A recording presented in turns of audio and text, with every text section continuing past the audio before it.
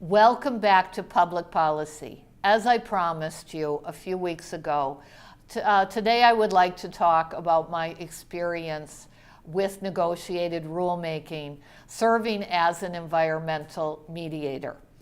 Now, hopefully you are reading from the Promise and Performance of Environmental Conflict Resolution every week.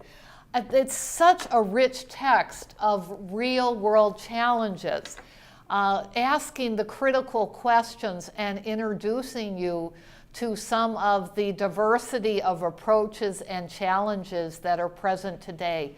I simply don't have enough time in my weekly lectures with you to cover all that rich ground. So please, as you're reading, highlight what most interests you in your weekly discussions, and as always, feel free to write me questions about those interests, and even to ask me to come into your weekly group discussions about your interests. There is so much that we could cover. I mean, I think I told you, environmental law was one of my greatest passions in law school because of my love of nature and this planet.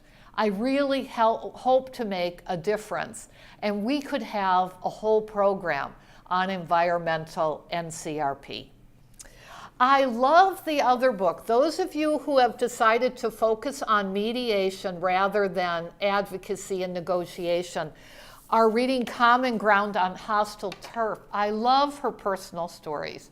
In fact, she begins, as I did last week, sharing some of her personal story in order to gain trust, in order to deepen trust. I've never met Lucy Moore, but I wish I'll have that opportunity at some point. You know, there are many Lucy Moores in this country, but unless we're involved in an environmental process, we don't meet them. I have been hired a few different times to work specifically with negotiated rulemaking, and that is where government, political representatives, and community members, concerned citizens, impacted community, it's quite diverse, are all invited to the table, and I serve as the mediator as they are attempting to reach agreement on negotiated public policy. So it's a process with teeth. You know, they are agreeing on something that will become law binding others. Very important, can be very challenging because of the political stakes. Let me tell you about a couple of my experiences. One was very easy in my mind. It was a local city land use zoning discussion with political representatives, the government employees concerned with this particular discussion, and the impacted, concerned community. We filled a room. These are big processes. These are not two-party. These are a large conference room with a circle of people kind of mediations. Now, ironically, in this particular case, we were in a courtroom. I don't know who chose this. It certainly was not me. As the impartial, I did not feel comfortable sitting in the judge's chair, but that's exactly what I did. I would guess one of the government or political representatives situated this way because they wanted me to be more of an evaluative dictator mediator, which I refused to be. And somehow I was able to encourage everyone to speak, and I was able to consider everyone's perspective, even though I was seated over them and above them. These are the very little processes that are constantly in need of skilled NCRP practitioners. But you really have to get into the environmental world, and that would generally be through your city, county, state, and federal government employees, agencies. That's how you would connect and become known. You need to show that you have enough of an understanding of the technical, the substantive discussion for trust to happen. Now, if you happen to be at one of these processes, not as an NCRP practitioner, but instead as one of the audience, one of the community stakeholders, and you see mere note-taking, a government employee, it's a public hearing, you've all been invited so that you can express your voice, your concerns, ask your questions. We see these all the time with various government environmental concerns. If all they're doing is taking notes, they are not there to satisfy the spirit of any public policy concerning the environment.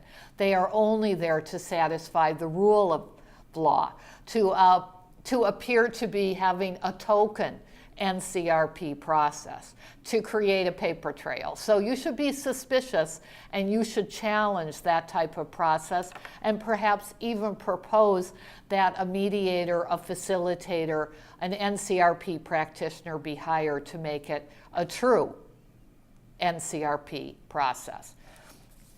One of my negotiated rulemakings that was most troubling to me and that I continue to talk about around the world involved government bad faith, an attempt to commit fraud. And if this had been in a court, it would have been fraud on the court, and that's a serious crime. But because it was a mediation, this government employee could have gotten away with fraud, could have done great damage if I hadn't and the parties hadn't been very vigilant with reading everything that was passed to us and double checking to ensure good faith. Here's what happened. I was asked to mediate, and this was a multi-week, multi-month process. These are not quick processes. They do tend to take months. Negotiated rulemaking between several tribal leaders, the Colorado Commission of Indian Affairs, and government representatives from the prison system. I'm not going to go into detail about what we were actually negotiating, but this was a negotiated rulemaking that would become binding public policy at the end of the mediation.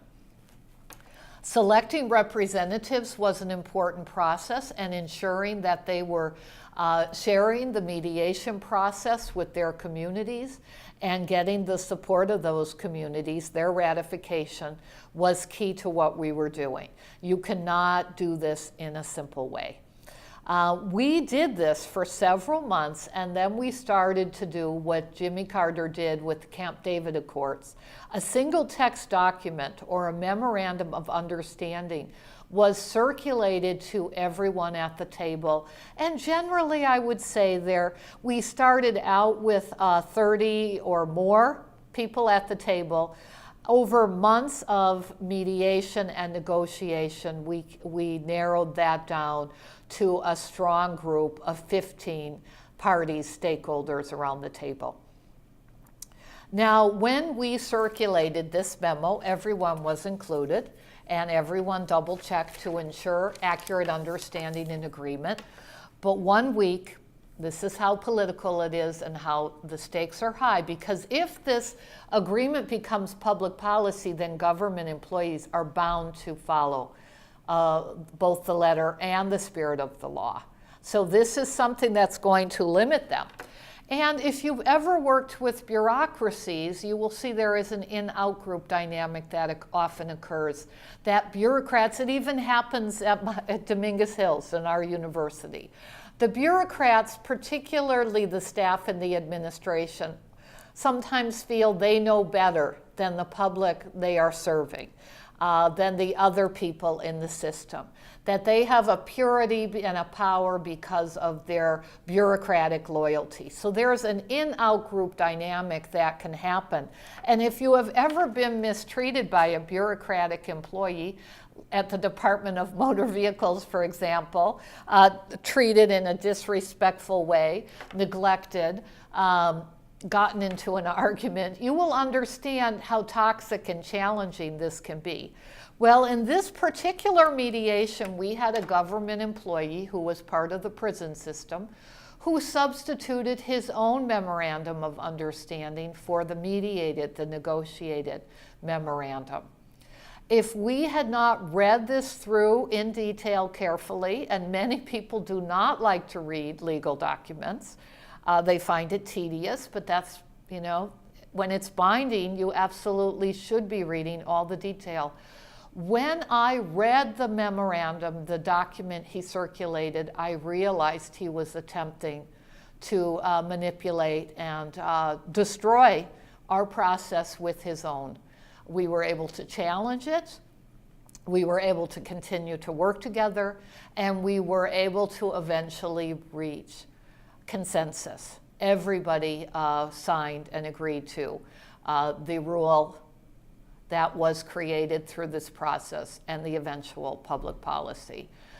This is my way. If any of you are currently doing NCRP in the environmental realm or involved in other negotiated rulemaking to create public policy, this is my way of warning you, alerting you to some of the bad faith that can occur.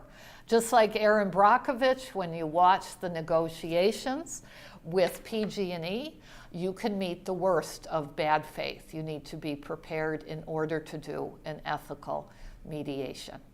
Good luck with that, and have a good week.